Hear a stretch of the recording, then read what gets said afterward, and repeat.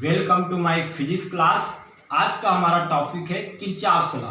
सरल से सरल विद्युत परिपथों के समस्याओं को हल करने के लिए ओम का नियम उपयुक्त होता है, लेकिन जटिल से जटिल विद्युत परिपथ से संबंधित समस्याओं को समाधान करने के लिए किरचॉफ ने नियम दिया, जिसे किरचॉफ का धारा वितरण का नियम कहते हैं।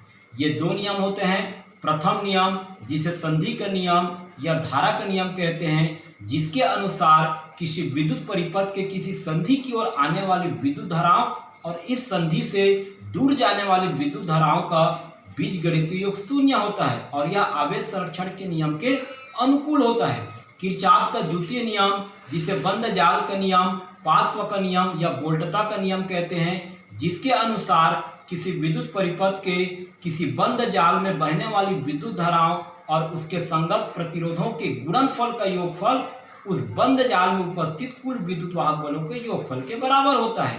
तो दोनों नियमों को अपन विस्तार से देखते हैं। सबसे पहले देखते हैं किरचॉफ का प्रथम नियम, जो धारा का नियम है, जिसे करंट लॉ भी कहा जाता है।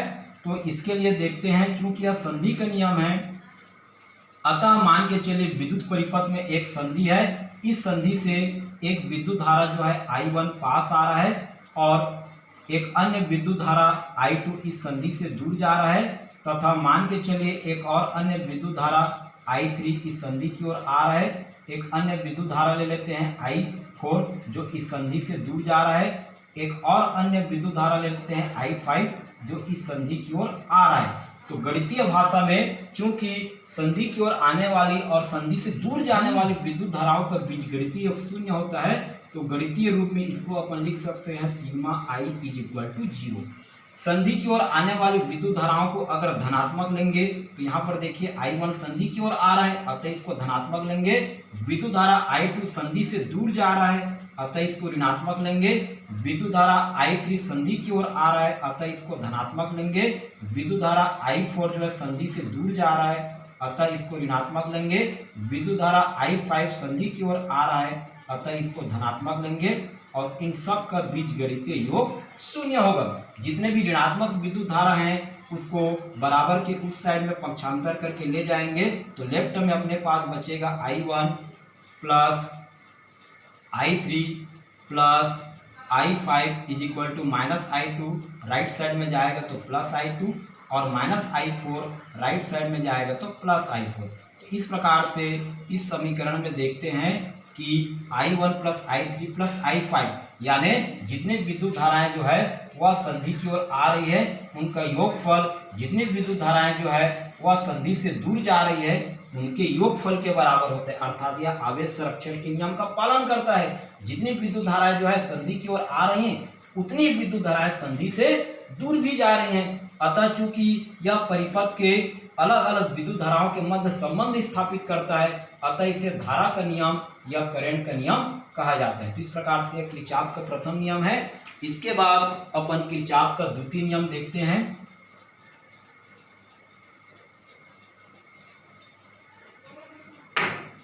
तो सेकंड देखते हैं अपन किरचॉफ का द्वितीय नियम, जिसे वोल्टता का नियम या वोल्टेज लॉ कहते हैं। तो किरचॉफ का जो द्वितीय नियम है, इसमें देखे थे कि यह बंद जाल के नियम है, जिसके अनुसार बंद जाल के किसी परिपथ में बहने वाली विद्युत धारा और प्रतिरोधों का गुणनफल उस बंद जाल में उपस्थित कुल विद्युत वाहक बलों के योगफल के बराबर होता है। इसके लिए प्रथम बंद जाल का परिपथ लेते हैं। यहाँ पर एक सेल लेते हैं। इस सेल का विद्युत वाहक बल E∝1 से दर्शाते हैं और इस परिपथ में जो प्रतिरोध लेते हैं उसको R1 से शो करते हैं। इसके नीचे में मान लेते हैं एक अन्य परिपथ है जिसका उपस्थित इसमें सेल है, उसका विद्युत वाहक बल ε2 ले लेते हैं और इस परिपथ का जो रेजिस्टेंस है, प्रतिरोध, इसको R2 से दर्शाते हैं।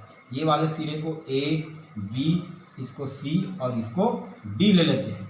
मान के चलिए नीचे में एक और अन्य परिपथ लेते हैं। यहाँ भी एक सेल लगा सकते हैं और चाहे तो नहीं भी लगा सकते हैं। इस परिपथ में जो प्रतिरोध है उसको अपन R3 से ले लेते हैं और ये वाले सिरे का नाम E और F से रिप्रेजेंट करते हैं।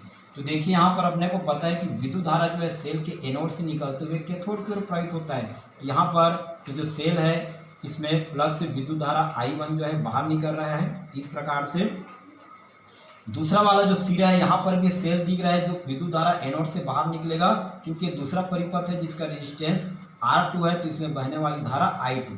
तो यहाँ से इस बिंदु B से I1 और I2 दोनों धारा जो है वो सिरे E और F में जाएगा। तो यहाँ पर सिरे E और F में बहने वाली कुल विद्युत धारा I1 और I2। इस प्रकार से हमको परिपथ में विद्युत धारा प्रवाहित होता है। तो किरचॉफ के द्वितीय नियम से सबसे पहले देखिए यहाँ पर दो बंद जाल बन रहे हैं। प्रथम बंद जाल ABCD और दूसरा बंद जाल है CBEF। तो सबसे पहले लेते हैं अपन प्रथम बंद जाल,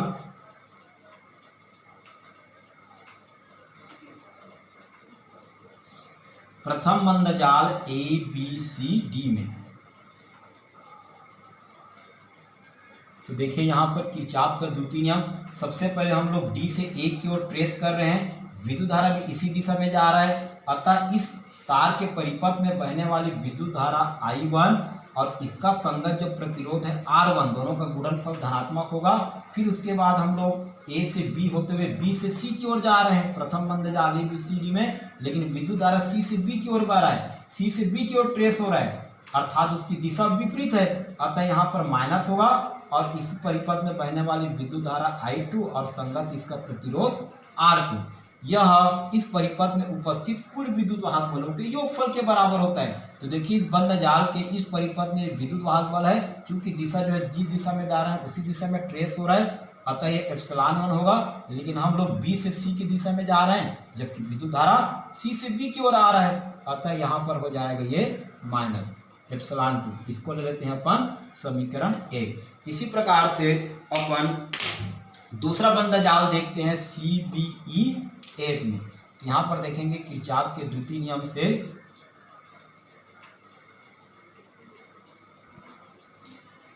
द्वितीय बंद जाल CBEF में। तो देखिए द्वितीय बंद जाल में हम लोग C से B की ओर आ रहे हैं, C से B की ओर ट्रेस हो रहा है। दूसरा परिपथ CB में भी विद्युत धारा C से B की ओर आ रहा है, अतः इसमें बहने वाली विद्युत धारा I2 और इसका संगत प्रतिरोध R2, दोनों का गुणनफल धनात्मक होगा।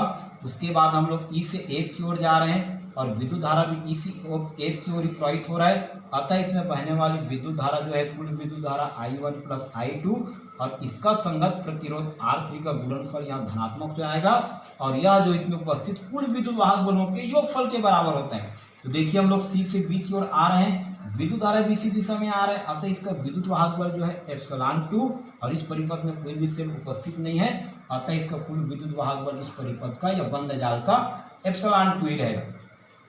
तो इस प्रकार से हमारा जो किरचॉफ का द्वितीय नियम है, तो इस चित्र के हिसाब से दो बंद जाल प्राप्त हो रहे हैं और दोनों बंद जाल में बहने वाली विद्युत धारा, प्रतिरोधों और कुल विद्युत वाहक बल के मध्य संबंध स्थापित किया गया है। तो इस प्रकार से समीकरण 1 और 2 से इस परिपथ का रेजिस्टेंस पता रहेगा, सेलों का विद्युत वाहक बल पता रहेगा, तो इस बंद जाल में बहने वाली विद्युत धारा I1 और I2 का मान ज्ञात किया जा सकता है। तो इस प्रकार से जटिल विद्युत परिपथ को सरलता से प्रस्तुत करने के लिए किरचॉफ ने द्वितीय नियम दिया, क्योंकि यह वोल्टेज से रिलेटेड है, अतः इसे वोल्टेज का नियम कहते हैं। तो इस प्रकार से हम लोग जटिल से जटिल विद्युत परिपथों की समस्याओं को सरलता से प्रस्तुत करने के लिए किरचॉफ ने प्रथम नियम द्वितीय नियम का निर्माण किया है।